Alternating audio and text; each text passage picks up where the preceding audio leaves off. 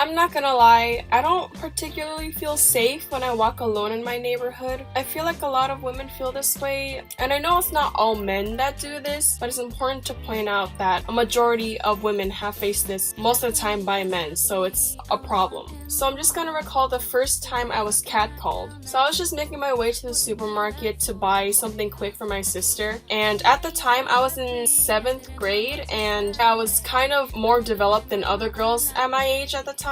So I was wearing a normal Harry Potter like short sleeve shirt with black leggings. So I crossed the street and I was about to turn over to enter the supermarket, but I heard this guy literally do a cat call. Like it was like a I didn't look behind me until I was crossing into the supermarket entrance, and I looked and it was just some dude smiling at me. The guy kind of looked like Snoop Dogg, and he's like walking away. And so I enter the market and then I head to the aisle I need to go, and I'm tiptoeing to get something from up there. From my left, the guy starts heading towards me, and it's weird because that means he followed me into the store and tried to find me in whichever aisle I was in. And so he was like, "Hey, you speak English?" And I was like, "Yes." That's such a weird and rude question to ask. He was like, "What's your name?" I was like, Lily or Emily. I forgot if I used a fake name or my real name. And he was like, "Oh, okay." And he like looks me up and down. And so he asked me, "How old are you?" And I was like, 13. And he was like, "Oh, I'm sorry." And like he heads the other way and he's like, "I'm so sorry." I think if anything, he should have asked me how old I was first before asking me any other questions, but whatever. And so I bring this up because in the morning when I walk to the train station to go to school, literally if you're wearing a turtleneck and jeans, like you're covered head to toe, people would just find a way to like make you uncomfortable. And when people do say something or gesture at you, there's not much I can do because I'm faced with a dilemma of either confronting and getting angry in the end, or that person has the ability to hurt me severely with a weapon or something else. But at the end of the day, I feel like it's important to understand if anything as minor as a glance or even a remark, it's not your fault. It's the perpetrators, and they're hella gross if they're doing it to someone who's not even seeking that attention. And if you are seeking that attention, that's fine too. It's just you gotta stay safe, and hopefully people just develop an approach to handle the situation safely and in a way